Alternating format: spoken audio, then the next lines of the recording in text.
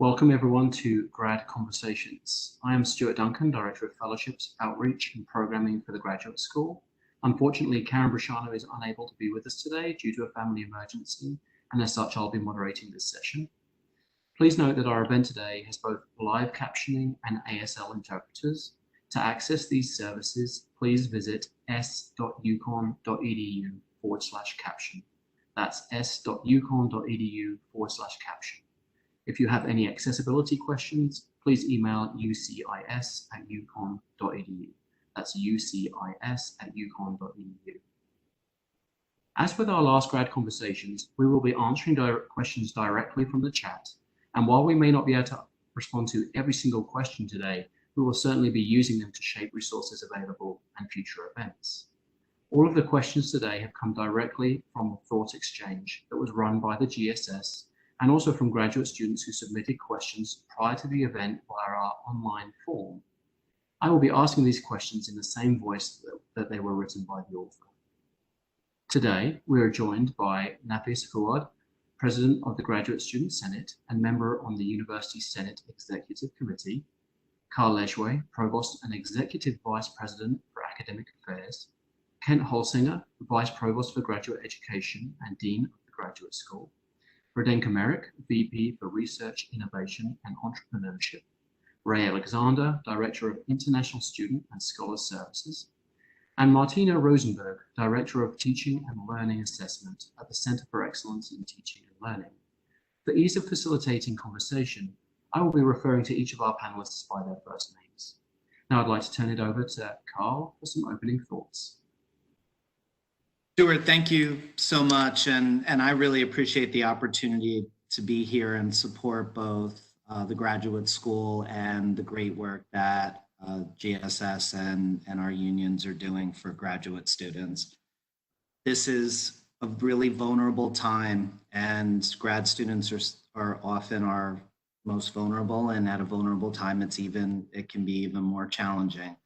We have really been working. I mean, as you know, I'm pretty new to the university, but we are in the midst of something that is very important to be able to think about how we move the university forward through the challenges of COVID, and how do we balance both safety and what we've come to appreciate as the rigor of a UConn educational experience, both for our undergraduates and for graduate students. And as grad students, you're on both sides of this often. You're both a student and you're an instructor. And we have really tried to prioritize safety, structural safety as well, in terms of ensuring that our spaces are most able to allow for social distancing and to allow for us to try to have as much of an in-person experience this semester as possible. I like the way that we have been able to prioritize instructors having some choice in the way that they teach and trying to create that safe space, but also having support from CETL and other parts of the university to again try to ensure that we have the rigor that we've come to think is really important. So thank you for allowing me to be here today, and I'm very privileged to be with the other panelists who I know are working for and with grad students every day. Thank you, Carl. I'd like to turn it over now to Nafis for some opening thoughts. Nafis? Hi, thanks, Stuart. I would like to start with the background of this thought exchange and this conversation. After our first grad conversation that we held a while ago, I rolled out this thought exchange to get more interaction from our grad community, and the results came out overwhelming. We had 567 participants, 363 thoughts, and 10,074 ratings of those thoughts. Out of those 363 thoughts, 96 were direct questions. So we organized this event to get them answered. And of course, we had to sort and merge the questions to fit in this 1 hour slot. And there were some questions about the results. What do we do with them? Would the administration see them? So the answer is with this event that I brought those questions and those thoughts to those offices, responsible offices, and they will answer most of the questions today. Moreover, I will share the results of the whole exchange very shortly after this event is done to all the grad students as well as the administrators who are actually taking into account the thought exchange that was rolled out for undergrads as well a while ago. And there were some questions I would like to address during my intro. There was some questions and dissatisfaction with the exchange itself or the platform on the grounds of having the thought exchange anonymously and trusting grad students not to share it with non-grad students. And on that point, I would like to say that I absolutely trust our grad student community, and if I had done the thought exchange again, I would have done the same way. However, I will be, because this thought exchange platform has been used by the university as well as the state commissioner of education. So I trust the platform, and if someone has a better platform, a suggestion for a better platform, I would be glad to use that for further GSS communications or thought exchanges, or any similar platform. And then there was one question that I would shortly like to answer. That question was loaded directly towards GSS that stated, where is GSS? Why isn't GSS pushing back on the administrators making plans without graduate student input? Whose side are they on, ours or the administrators? So this question I wanted to address because I wanted to make it clear that GSS represents all the grad students. And if you see the results, which will very soon from the thought exchange, not everyone thinks that the administration is of grad students. Obviously, I don't, because I work with them closely as a grad representative.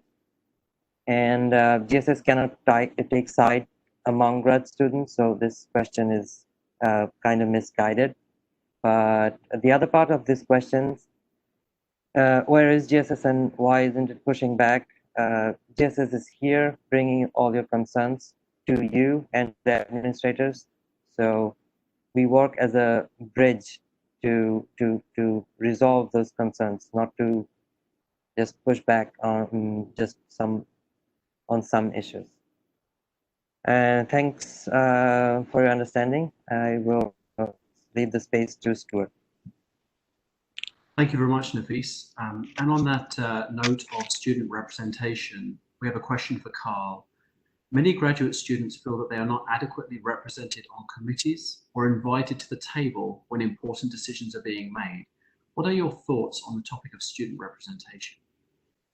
So first I'll begin by saying I know Kent agrees with this, as do everyone on the panel, that we think it is really important. And so I think we've begun, well, in the context of COVID, we have actually done a fair amount to include graduate students. We've started to meet with union representatives. We'll have a second meeting coming up. We've been meeting between the grad school and then through my office, meeting with GSS reps really essentially on a weekly basis. We have grad student representatives on our academic planning meetings and in the SEC meetings, and we are really eager. One of the things we've talked about is once the semester starts, having a kind of a grad student advisory panel to the provost and to the dean of the graduate school. And so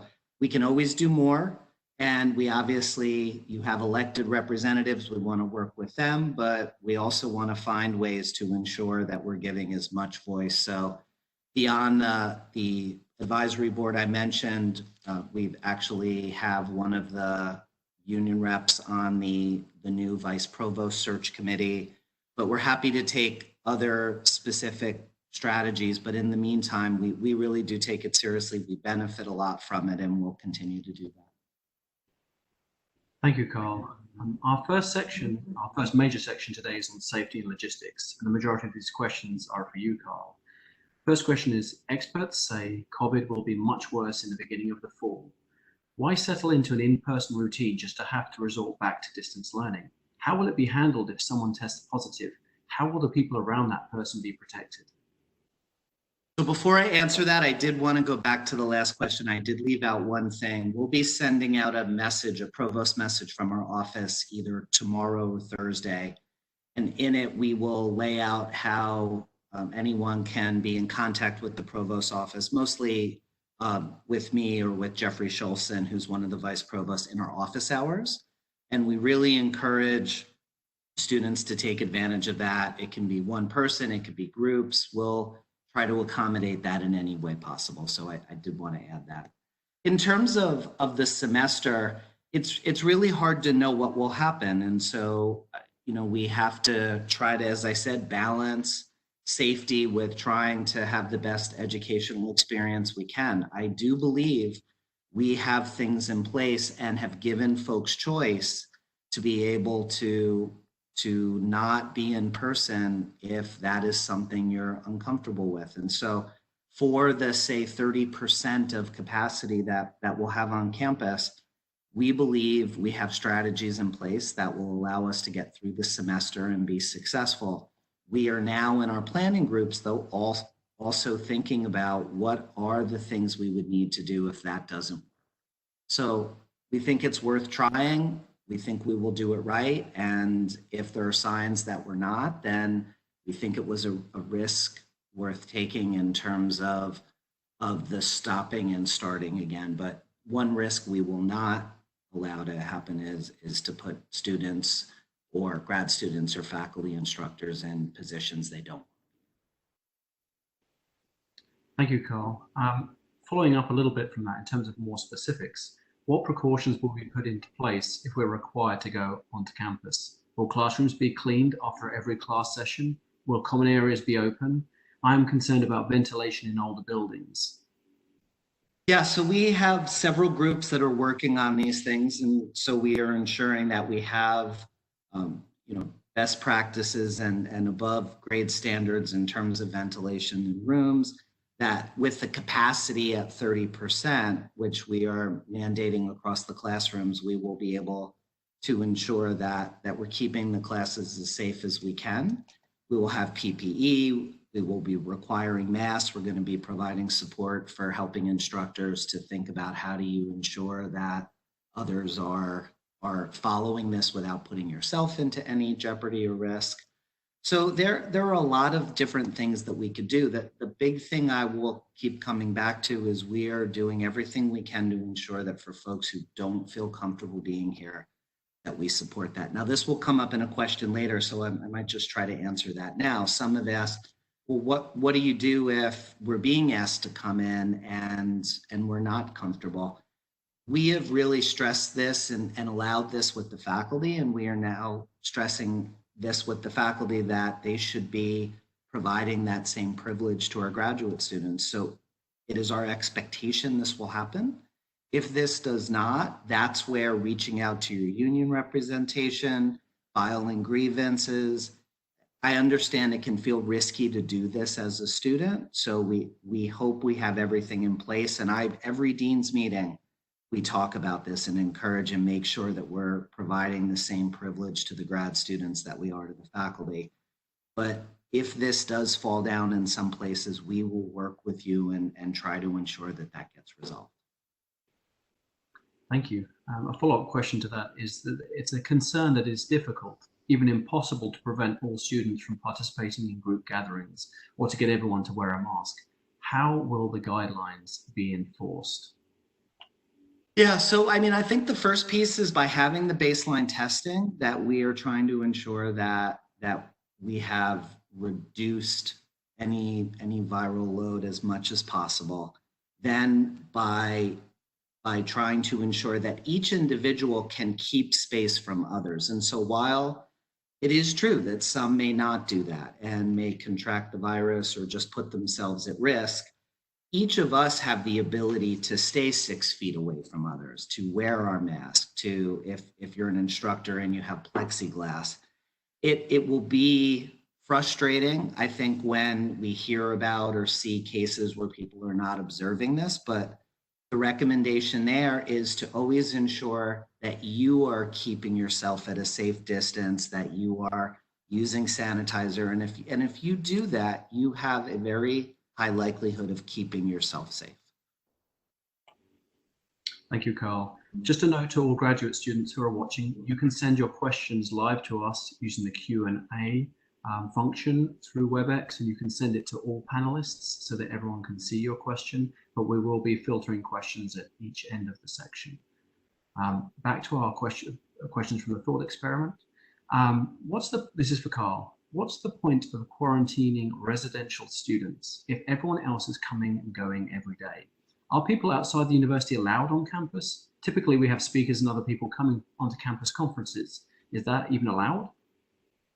Yeah, so we're going to try to do, I think this is a case where you do the best that you can. There will be some cases where you have folks coming in from outside of campus. Now, these are often our commuter students, our faculty and staff. There will be times where it does make sense to have guests come, but we try to keep that to a minimum. We ensure that they are, again, that they have their masks, that they are socially distancing. All of those things are important.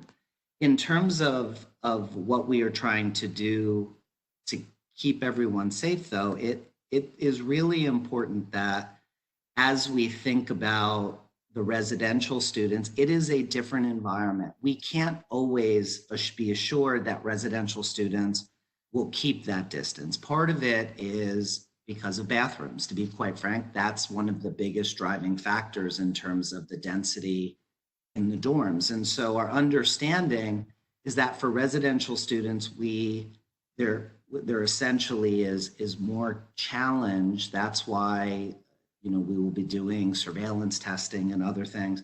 But for those who are coming in from outside the campus, we do want to make sure we have that baseline. We want a Connecticut baseline, not a California or Arizona, Texas baseline. And again, it comes back to this idea of the advantage, the opportunity that commuters, faculty, instructors, staff have, is that they can keep that 6 feet of distance. They don't have those cases where they need to share a residential bathroom. And so we believe that we're able to approach both cases, which are very different in different ways, but meaningful ways. Thank you, Carl. I'll just wait a couple of seconds to see if we have any questions in the chat on this, any responses here from graduate students.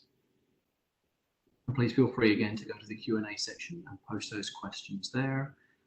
And we do have staff on the back end actually going through each of those questions and posting them exactly as they are posed to us, and we'll post them exactly as they're written, barring any expletives used, to our illustrious panelists. Okay, if there are no other QAs on that, we're going to move to the next section. Our next section is actually on the graduate student experience, and the first question I'm going to pose to Kent on this one. Kent, if a student gets COVID-19 after the university opens in the fall, how will the university assist the student? How will the rest of us be protected? Thank you. I'm going to answer this specifically with respect to graduate students because that's what I know. I will preface that with my understanding is that undergraduate students who are diagnosed with COVID-19 and residential will be isolated in dorms in a residential facility dedicated for that purpose.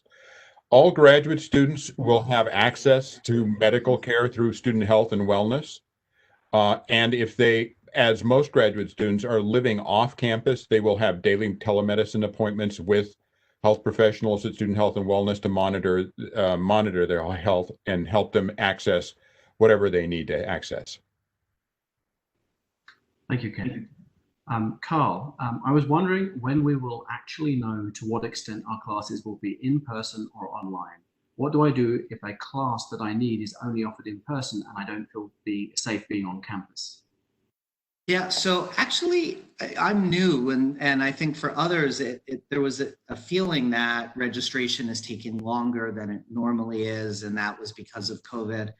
Registration's actually the same schedule that we normally have. It just, because there is a bit more up in the air, I think the timing may seem different than it is in previous years. And so, for many grad students as instructors, part of this depends on what you are, what your TA assignments are. And so because we're giving folks the option to be in person or be online, this requires a lot of time in terms of matching up the student demand and what the supply is from our instructors.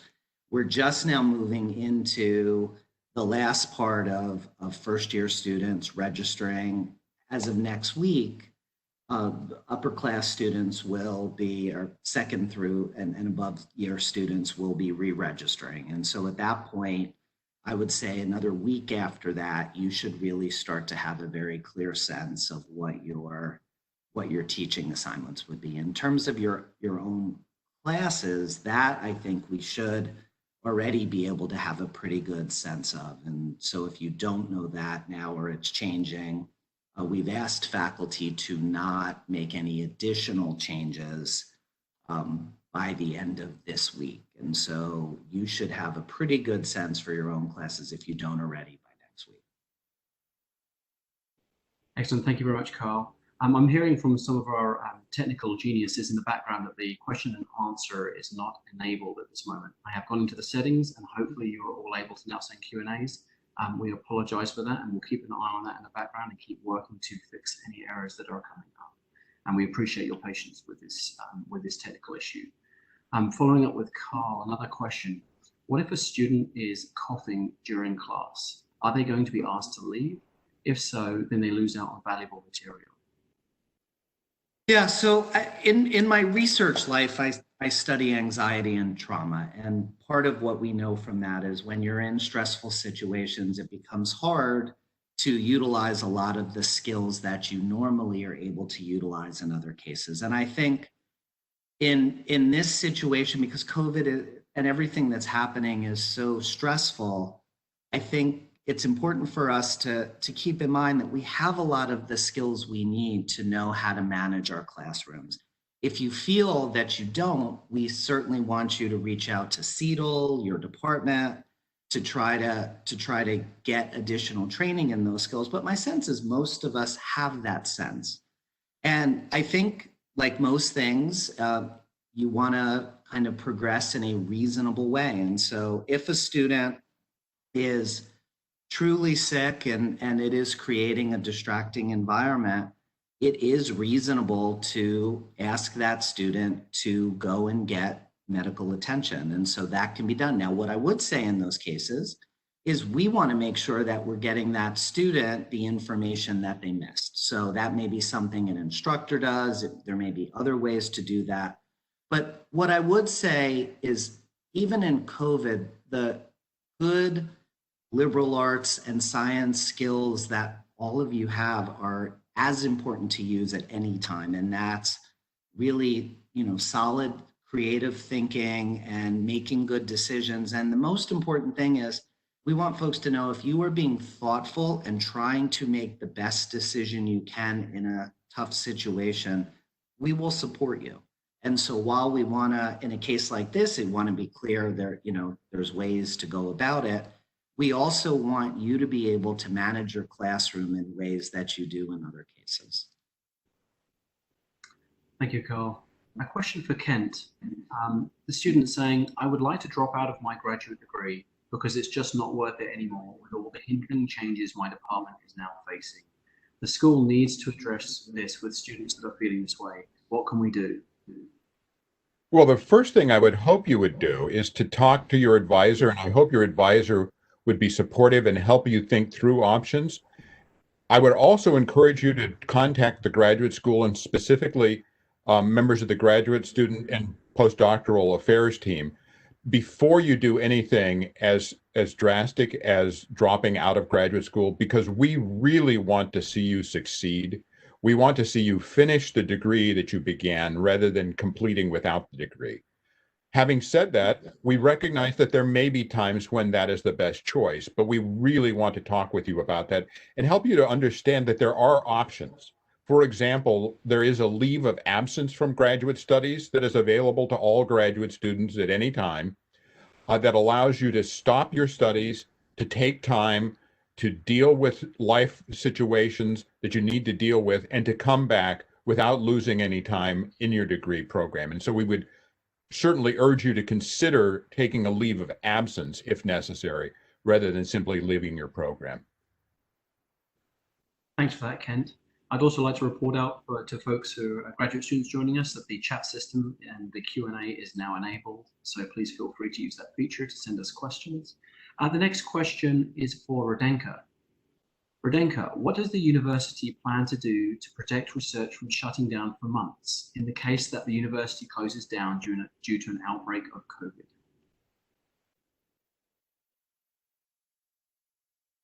Yep, thank you. I'm unmuted now. So our number one priority is the safety of our students and our faculty. So we keep that in mind and we follow all the protocols, we follow the contact tracing. So in the case we open so far over 620 research labs. The people that still can work from the distance and telecommute, we support them and strongly endorse them to proceed that way.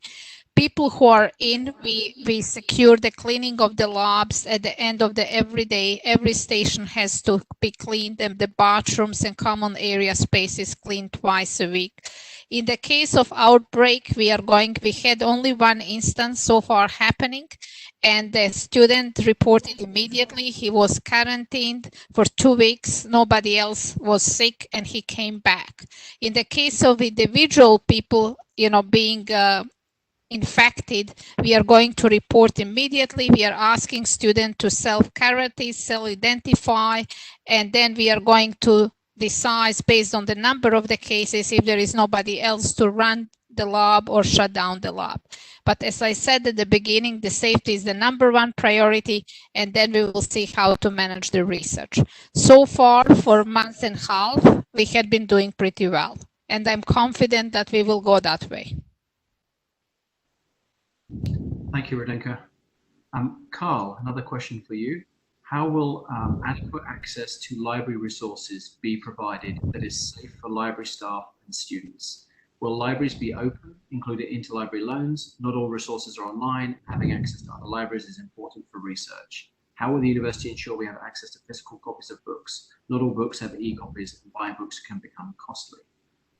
Yeah, so the library has been very proactive on this measure. And so while there are many things that they're able to get access to electronically, one thing that's great right now is there's something called, I believe it's the Haughty Trust. And this is something that normally is far too expensive for us to utilize. But during COVID, we actually have access to this enormous number of different resources that we can now provide electronically. So there will be a strong collection that can be provided to you electronically.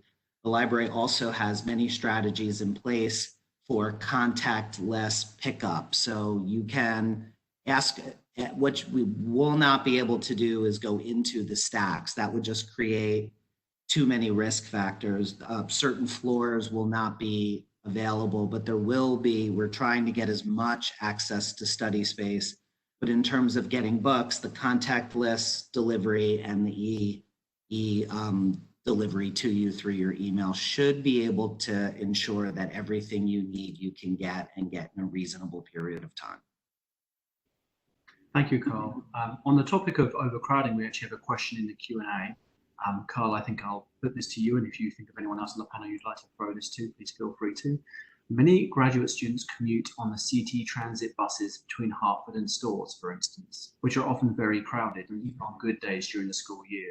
Is anyone discussing how to handle this with our transportation partners in Connecticut?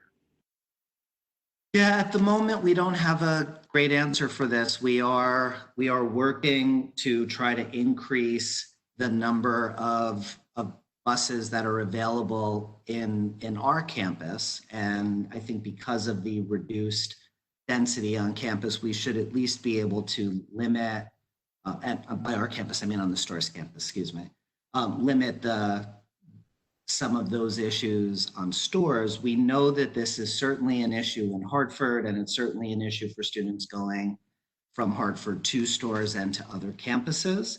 We're working with the Hartford campus right now to identify what some other options may be. There may be some cases where for students who don't need to come in, that's probably the best strategy if you have worries about the density on buses.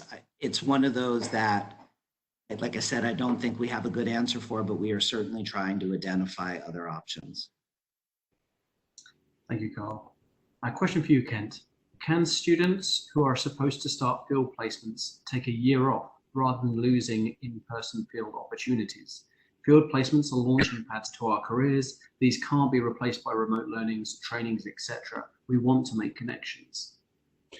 Absolutely, and I understand your concerns. There are two parts to this answer. First, as I alluded to earlier, the graduate school does have a mechanism for leave of absence from graduate studies, which allows you to leave graduate school for a year while maintaining your status, and then to return to continue your studies. So that is available to all graduate students, not only those who have field placements. The second part of my answer, though, has to do with the specifics of the field in which you're engaged. There may be particular circumstances in your particular field where delaying the field placement would cause problems that the graduate school isn't directly aware of. So I would discuss the options for delaying with the director of your field program to determine what those options would be. Thank you, Kent. Please again, feel free to put some questions in the Q&A, and we will try and get to them as we can. The next section relates to graduate assistants, and I'm going down here for Kent for this one. What considerations for time off due to catching COVID will be in place for graduate students? Most of us have multiple program requirements to be upheld, not just TA, GA, RA positions, and some departments might not be willing to be flexible. So here we're speaking specifically about graduate assistant appointments. And so the time off or leave provision for illness is specified in the contract. By right, all graduate assistants have right to 3 days of leave without permission. Up to 21 days of permission is available with departments. And then in addition, there is 10 days of leave of time off available. Between those provisions, it should be possible to accommodate most illnesses, but there's always the possibility of extended leave, and the requests for extended leave can be considered on a case-by-case basis. Thank you, Kent. This is a question for Rodenka. Again, thinking about graduate assistants here. Will undergraduates be allowed to work in the labs this fall? Will they require any special requirements in terms of accommodations and testing as it relates to graduate assistants working with undergraduates? All graduates, they will be allowed. They will follow the protocol like all the graduate students and as well as undergraduate. And what I mean by that, first they will do the safety training for the labs under the COVID. They have to pass that one. They have to do the safety training. And as long as they are following the rules and working with the faculty, they will be allowed. During the summer, we approved the graduate students go to lab. By the fall, we will allow undergraduate, and we will still follow the rules of keeping the distance and wearing the masks. So the same rules that apply to graduates will apply to undergraduates. And then the supervisor has to schedule the shifts in the lab and how many people can be in the lab, regardless are they graduate or undergraduate or graduates, and it will be based on the footprint of the lab. Thank you, Rodenka. Question for Carl, though feel free to pass this on. There are some concerns from TAs having to deal with undergrads who are having difficulties academically and emotionally. Will UConn Behavioral Health and CSD be inundated and unable to cope with student requests in a timely manner as they were in the spring? So my own research area is mental health and clinical treatment. This is something I care really deeply about, and it is something that I want to be a major part of what our administration takes on. This will be something that we will have to put more resources to. We will have to be creative and clever in the ways in which we are making mental health services more accessible. I know one issue for many grad students is that if you're in a waiting room where there are undergraduates, you might be uncomfortable because they could be students in your class. There's a lot of little things that happen that make it challenging for grad students to access services even in the best of times. We are adding additional clinical providers, and this is something being done through student affairs. We are working on ensuring the inclusivity of those providers, that we're creating an environment where everyone feels as comfortable and safe getting therapy support. I don't know if this will be enough. If it appears that it isn't, we will then try to find other ways to expand on that. But we certainly will have more resources, and we want to certainly make sure that we find ways for those who are not on campus, that they are able through telemedicine to be able to continue to get those services. So I would say this is something that we have to come back in every few months, and I think you will see that we are putting more resources towards it, but at this point it's partially seeing how much need is and where that need is, and so we can really target things. Thank you, Carl. Our next section is related to being a teaching assistant. So these are questions for Martina. Martina, I have never taught online. What resources are available to help me, and how do you TA from a distance? Very good question. Thank you for that. So how do you TA from a distance? Part of it will not be substantially different than in person. So it depends. TAs, GAs are often in roles that span the spectrum from helpful grading up to being instructor of record for entire sections. And it clearly depends on the discipline and on the format of the class, what exactly this GA-ship will look like. So I can't comment on the specifics. For that, I would encourage people to reach out to their GA coordinator, their course director and department to find these things out. I would say that there is, from CETL's side, a range of things that are there to support TAs.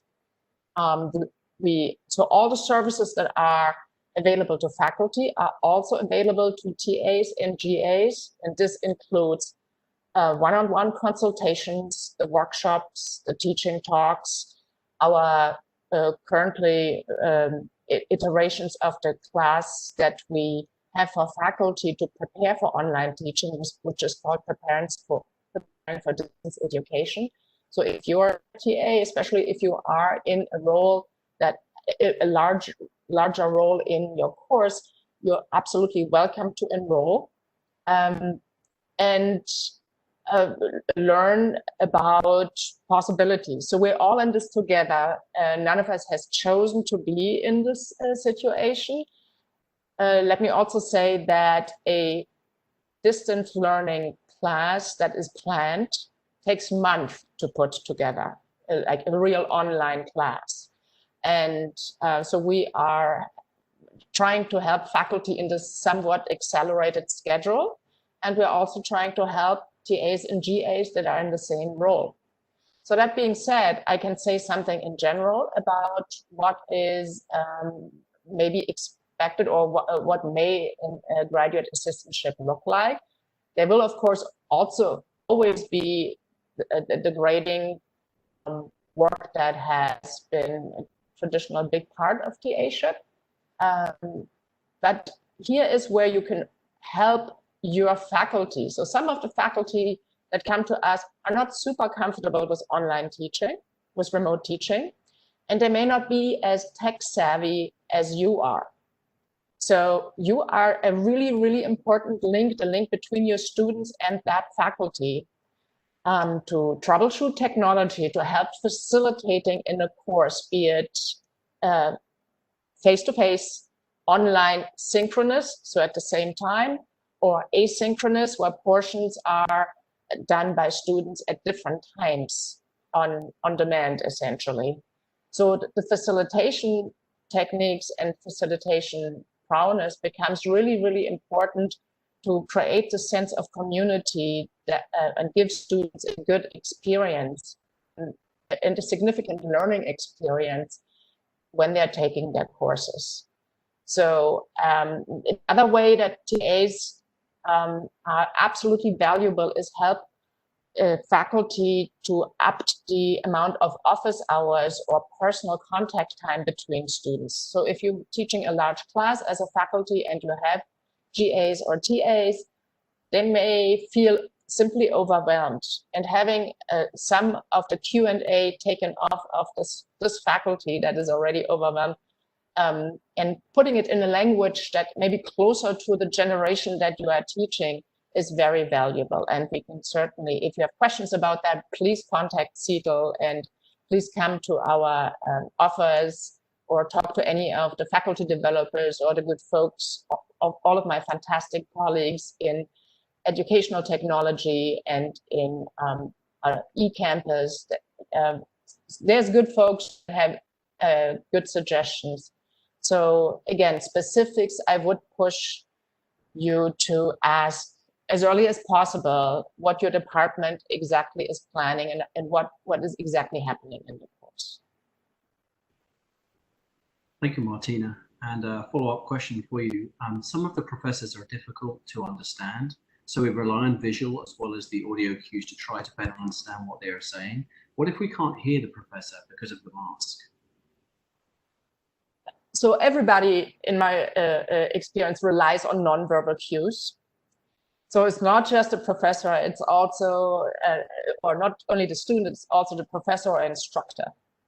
So as in ESL and English as a second language person, I appreciate the additional cues that are given when I can see people. And we all are relearning right now how other cues we can draw from to essentially read the room when you can't really read the room, when most of the cameras are off. How do you engage students? This is all rolled in creating a community online when you didn't have the chance to see anybody face-to-face beforehand. So, so that's the online portion. If instructors are face-to-face and they can choose to wear masks, however, CETL is in an advising role to many of the committees that are working with the reopening plans, and some thoughts are given towards creating a little toolkit for instructors, which may also include a face shield. So currently 2 different models are under consideration. So face shield, one of these plexiglass things that are in front of you so you can see the entire face. You still have approximately the same protection in both ways with respect to the virus, but you can see the facial expression and there's no muffling. And with these face shields comes also the possibility to clip a mic behind that face shield, so there's nothing that gets lost in terms of sound quality. So I don't think the final decision has been made, as many of the panelists have alluded to. There's many things that are in flux, but this is currently something that is looked at, because there's also not only there's also accessibility questions, right? So some people may rely on lip reading or more than just the facial expression per se, but it definitely benefits everybody. It's not just an accessibility issue. I appreciate that, Martina. Thank you very much. Now we're going to move on to our next section now on international students. I'm turning this question to Ray. As an international student, will I be able to return with the borders closed? How are students expected to return to campus when traveling from a different country? Thanks, Stuart. So we know that returning to campus this fall will generally be quite challenging for many international students who have already departed the US. We are sort of tracking the number of students we think have left, and about 95% of international graduate students have remained, which I think speaks to sort of the difficulty of the decision in deciding whether to travel home or not. We know that this is a really difficult time and a difficult decision to make. And I would encourage you to make an appointment with your ISSS advisor if you are considering traveling, or if you've already traveled and you are trying to determine whether you'll be able to return to the US or if it's best to stay where you are. We do know that visa services worldwide are starting to reopen, but only in certain places. We know that COVID-19 related entry restrictions are starting to be lifted, but again, only for students traveling from certain countries. We know that flight availability really varies from country to country, and the ability to travel to and from the US and where you may be located is quite limited. So I think overall the situation for students who are trying to return is that really the situation is quite uncertain. And for some, returning for fall may not be an option, or it may not be the best option. But we are trying to stay on top of this information, which is ever changing, and get it out to students as soon as we can. And we are also monitoring student plans for fall. And if there are international graduate students who have not yet submitted your fall 2020 check-in form to ISSS, we would ask that you do that as soon as your plans for fall are confirmed, and to just contact us if you have any questions about that. Thank you, Ray. Continuing in the same vein with international GAs, I'd like to ask this question to Kent. Has the university done anything to help international GAs who can't physically be in the US? The university announced they can't work remotely. Can they be helped? Yes, they can. There are actually a couple of things that are available to international GAs who can't be here this fall. The first is any international GA who would have held an appointment in fall 2020. We have an arrangement to be able to allow them to take classes remotely without paying tuition. To take advantage of that, you'll need to work through your department, make sure they are aware of your interest in taking advantage of this, and they will let us know, and we'll take it from there. In limited circumstances, the university has determined that it will be possible for some GAs to hold appointments while outside the US. And again, we'll need to have you work through your department, make sure your department is aware that you are willing and able to work remotely. And if it is in fact possible for you to perform your duties remotely, subject to a variety of conditions, we will allow those appointments in certain circumstances. But let your departments know soon so that they can let us know, and we'll be in contact. Thanks, Ken. We're going to move on to our next section now, which relates to finances. Carl, this question is for you. Why isn't the administration taking a bigger pay cut? I've lost a lot of income because of COVID, and I only make $20,000 a year. Administrators need to cut their pay and donate it to the student fund first, or student first fund, apologies. Yeah, finances are incredibly hard right now. And I will say at this point, only the administration has taken what is ostensibly a 10% pay cut.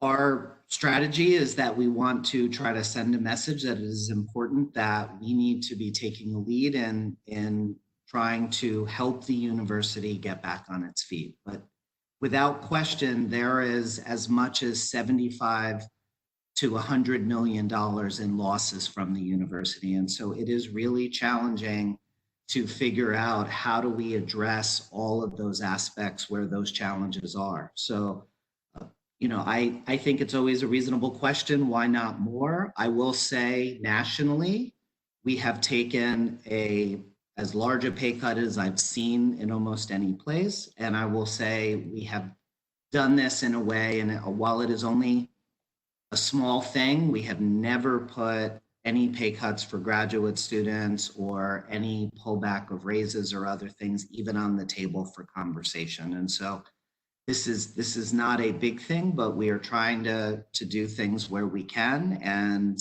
also realizing that all of those places where the university is losing money, we're trying to figure out how to support moving forward without having to cut faculty positions, without having to pull back on important staff positions, without having to pull back on the other things that we really care about. And the one thing I will say that has been a positive is, as far as I can tell, we have not had to pull back on faculty positions. We hired faculty positions this past year in a way that still allows departments and programs to function and students to get the support they need and programs to continue.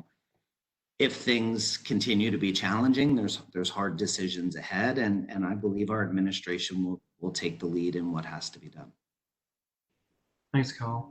I would like to add something, Stuart, if you don't mind. Absolutely. On that point is the question was that the Student First Fund needs to get the money from the administrators. So what I wanted to add is I just heard back from the Office of the Dean of Students, and the Student First Fund is actually now up and running. The balance that they have is very close to the open applications that they have to meet. So I think if like they have been processing, I know it has been taking a bit longer for them to process during COVID, but as in our last conversation, I said that we said that they had a lot of applications, like very, very overwhelming applications and total amount of requests. So, but now it seems that it has rolled back to a rolling fund, and if you are in need, if you think you can, you fall in the criteria, do feel free to apply, and I think you'll get help. They are back into track again. Thanks. Thank you for that, Nafis. For those of you who are submitting questions, please make sure you put your question to all panelists, as we have some tech folk in the background that are then feeding those questions onwards, just due to technology concerns and multiple screens. So if you've sent me the message just to the host, I won't be able to see that. Please resend those questions to our to all panelists, please. But going to a question on finances, Ken, I think I'll pose this question to you. Some grad students have had to delay their thesis defenses a few months due to delays caused by COVID-19. This comes with a $500 registration fee and an accompanying $300 late fee if that registration fee cannot be paid on time. A poor job market makes it difficult for many of these students to find a post-graduation job. This is a serious debt to take on. Is the graduate school considering these cases and considering waiving the registration fee or late fee? Stuart, this is a great example of why we take live questions, because this is actually a very real circumstance that had not occurred to me, honestly, until this person brought forward the question. It's certainly something I will take a close look at and work with my colleagues to determine whether we can do it. I understand the need, and I believe we may be able to do something, but I can't promise right now that we will be able to do something. I will say that Carl and I have been discussing various things about graduate students whose graduation may have been delayed as a result of COVID-19. And I don't know, Carl, do you want to say anything more about that? Oh, sorry. Yeah, we're still trying to piece the different parts together, but we believe there may be some things we could do both in terms of waivers and then also some additional funding in those cases where students can show that they would have graduated either in a master's or a PhD, but specifically COVID, either because of its impact on classes or its impact on your research, essentially kept you from graduating. This is something that I give the credit to the GSS for bringing forward to us, and we've been working through. And I would have hoped we'd be able to have an answer to this, but it's just something that's been more recent. And I do think we're certainly have identified some pockets of money we may be able to do something with this. Thank you, Carl and Kent. So in the interest of time, I'm going to move on to several questions from the chat and Q&A and a couple of non-related questions. So this is for either Carl or Kent. UConn does not keep any records of why grad students switch advisors, switch programs, or leave the university. This leaves the graduate school under-equipped to 1, identify professors who benefit from mentorship training, 2, diagnose which departments struggle most in supporting students from underrepresented minority groups, and 3, noticing outlying trends amongst individual advisors that may merit further investigation, for example, potential for unreported sexual harassment. Is UConn willing to start keeping records of why graduate students switch advisors, switch programs, and leave the university? So I'll start on that. Stuart, as you know, this is an issue that we have discussed within the graduate school for several years. We are very interested in finding a way to understand and help faculty become better advisors of graduate students. And that includes, unfortunately, in a small number of instances, identifying individuals who are not doing well. We don't currently have a good mechanism for doing so. We are trying to find a good way to monitor these sorts of things, and we would welcome suggestions on how to do so. The other thing I just very quickly add, the faculty and staff development vice provost position that we're in the finals now, you may have seen those candidates are interviewing. This is a great example of where working closely with faculty, particularly in development, in mentoring, we can identify where some of those challenges are. And in some cases, it's handling things when they've gone wrong, but a lot of it is better training. And while the grad school does a lot of that, I think it's the provost's office responsibility to be a good partner with a position like this as well. Thank you, Carl. A couple of questions from the chat here, referring back to our safety and logistics section. And so I'll pose this to Carl. Do graduate students who are living off campus need to return to their Connecticut residences 2 weeks prior to the start of classes on August the 31st? Does it depend on where they're coming from, i.e. New England versus West Coast? Yeah, this is a case where the state guidance is really important. And in some cases that changes. Certainly if you are coming from hotspot states, it is really important for the state guidelines at minimum that you were back in that 2-week period. It's probably a safe thing to the extent that you can be here 2 weeks before to settle in. It is a good idea, but if you're not, at least right now, my understanding of the state guidance is if you're not coming from a state where it is a hotspot, you would not need to have that quarantine time, but that can always change. And the states that are on that list can always change. Thank you. Another question regarding, back to our library resources question from earlier. They say, regarding the library resources, can we access the PCs, the computers, remotely? The library has some computers with some software installed whose licenses are not available through UConn. Is there any way to access these remotely during this COVID-19 situation?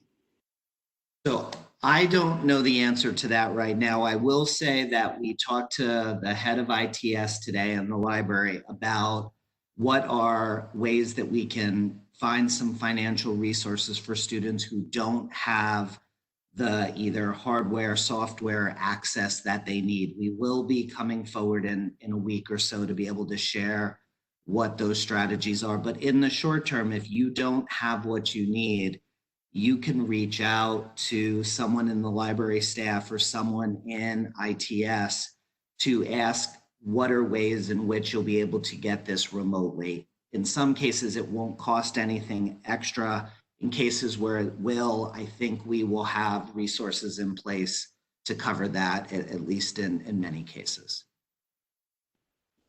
Thank you, Carl.